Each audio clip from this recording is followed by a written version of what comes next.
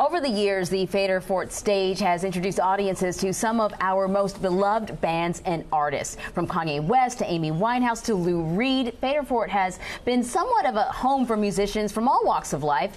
What began in a hotel room has evolved into a yearly concert festival with many of the biggest names in music. The new book, Fader Fort, Setting the Stage, chronicles the 15-year history of the Fort. It is filled with never-before-seen concert photos, candidates, and stories from over the years. Jon Cohen is a co-founder of the Fader. He's here. This book is awesome. Thank you. Thanks for coming by. Thanks for having me. So let's start at the beginning. It all began, and I mean, look at this book, right? And if you, I'm looking through it, and there's some incredibly beautiful photos in here. This all began in a hotel room. Take us back. It did. So Fader is a great music media platform. We've been around for a while.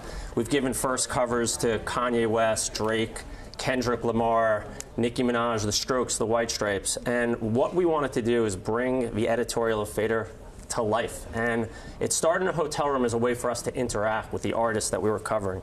The artists loved interacting with us. They loved connecting with us. They asked us, could we set them up with a place where we could rehearse? And the second year, we went into a warehouse and we gave bands a chance to rehearse. The first band that played there was a band called the Black Keys, and they drew like 75 of their friends. Other bands came. Before we knew it, we had a mini festival in this warehouse space, and every year the platform just kept growing and growing, and it became what you see in the pages of this book. And at one point you had a washing machine back there? We did. So, I mean, you know, part of what's great about Fader Fort is we create this really unique experience, and bands are on the road. We started Fader Fort in partnership with Levi's, and their creative director, this woman, Sherry Timmons, came up with the idea to allow bands to wash their clothes to get a break from being on the road in between playing sets, and that's what makes Fader Fort great. It's a very unique venue. It's a very unique experience. In a time where we live with these huge festivals, Fader Fort's really intimate.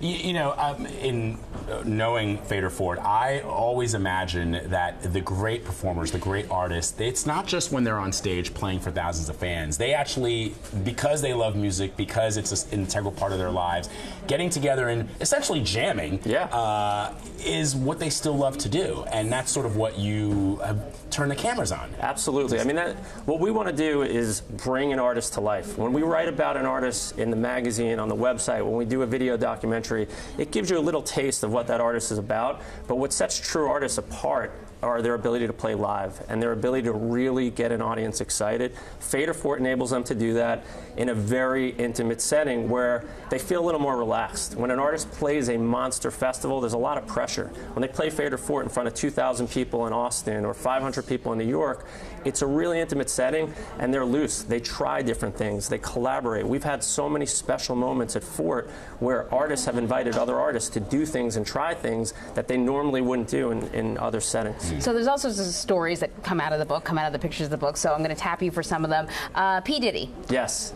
So P. Diddy, very close friend of my partner, Rob Stone. Rob helped start Diddy's career and was a big part of really starting Bad Boy Entertainment. He had never been to South by Southwest. South by Southwest started as a very indie rock festival, and we were the first to really bring hip-hop down to Austin, Texas. And he invited Diddy down, and Diddy's like, you know, I don't know much about South by Southwest. And Rob said, you need to be here. You really need to be here. This is where music is happening. And he rolls in with his huge entourage and just was blown away. Couldn't believe our crowd, couldn't believe our audience. And he says to Rob and I, he's like, you guys got to get me on stage. I want to be on stage. We didn't have any of his music. We weren't prepared. We scrambled. We had a DJ friend, DJ 8-Track, who actually found the files, and we got him on stage, and the crowd went berserk, and he ended up coming back for multiple years. Right. And he writes the foreword to the book, along with Damon Albarn, and there's some really great stories in this book. There's a beautiful picture in here of Amy Winehouse. What can you tell us about her? Yeah, so that was one of my personal favorite moments. Amy Winehouse was relatively new. She hadn't played much in America at all. This was her first time down in Texas, and she was having some of her trouble, and she canceled every single performance that she did down in Austin, Texas that year, and her agent and her manager were friends, and we basically begged them. We said, look, this is the one performance you cannot bail on. You must honor this commitment. And she did, and she came out and she played 4 songs acoustic. You could see that right there. And it was one of the most special moments. She was an incredible person, a beautiful soul.